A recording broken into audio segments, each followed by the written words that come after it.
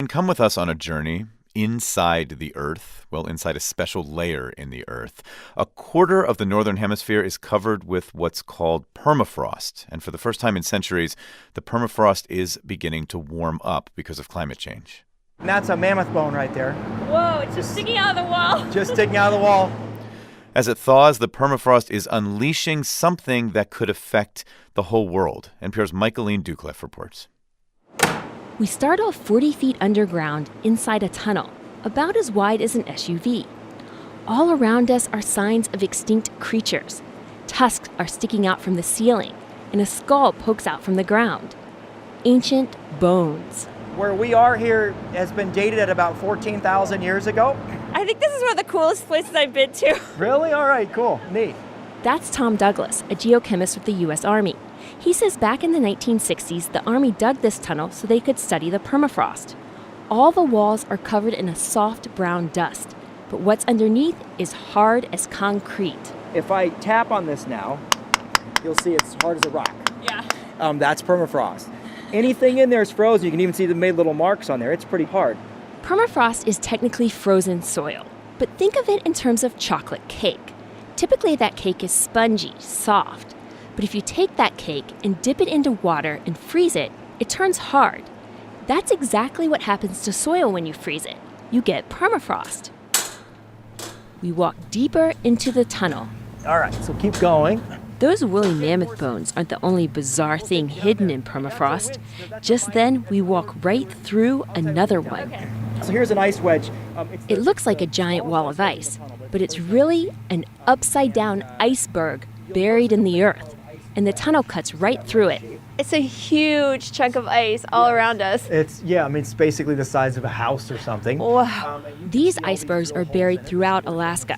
They're buried under homes, under office buildings, bridges, and they've been frozen solid for centuries, even longer. They actually hold the ground together. Here's the problem. That's about 99% water ice by volume. So when the ground warms up, Imagine turning that into water. You'll leave a trench in the ground that people could fall into, right? Or this whole tunnel could collapse. Exactly.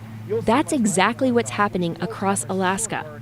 A study in 2016 found that these giant buried icebergs are melting rapidly. New lakes are forming in some places. They're draining in others. Rivers are appearing where they never were before, and the land is sinking. Clearly, this is going to be a big problem for Alaskans and other people up north.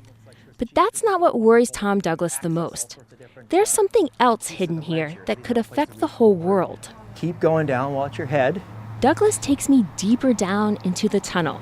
This is really an amazing feature of the tunnel. It's the only place we see it. He shines his flashlight up to the ceiling. What does that look like to you? Like grass? Green grass, right? Yeah. Oh, it's green? It's green grass. Whoa. Yeah, see that? Wait, we have to tell people that, the grass is actually growing down. Upside down. Yes. This was in ice and had been preserved that way for 25,000 years. I mean, Wait, this is 25,000-year-old grass? Yeah. That's incredible. Yeah, really amazing. You see, the thing is, basically anything that's died in the Arctic over the past 100,000 years is buried and preserved down here. The permafrost is packed with plants, like this grass, and dead animals, like those woolly mammoths we saw earlier.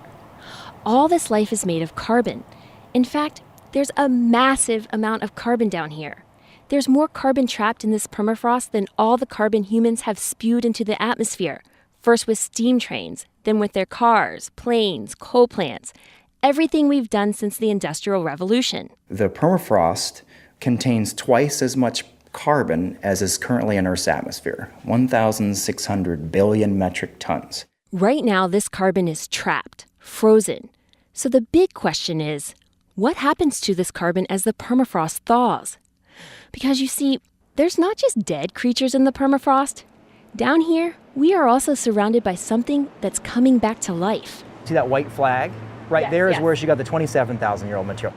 A few years ago, Douglas and his colleagues ran a very simple experiment.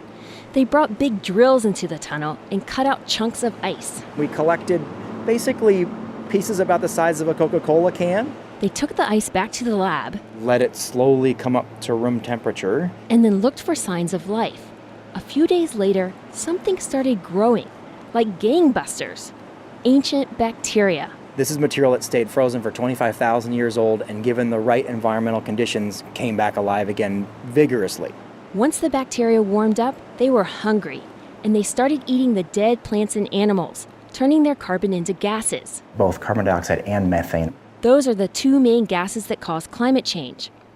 Now that was in the lab, but imagine these bacteria waking up as the permafrost thaws all around the Arctic, in Canada, Greenland, Russia, here in Alaska. Charles Miller is a chemist at NASA's Jet Propulsion Laboratory who studies permafrost. He says that in the past few years, they've started seeing the microbes here waking up, warming up, and releasing gases. There's been quite a tremendous change in the temperature of the permafrost. This warming is causing carbon dioxide to be liberated from the land surface, so we see a net release of carbon from the land back to the atmosphere. Miller says they don't know yet how much carbon will get released from thawing permafrost or how fast it will happen. It's a big wild card of climate change.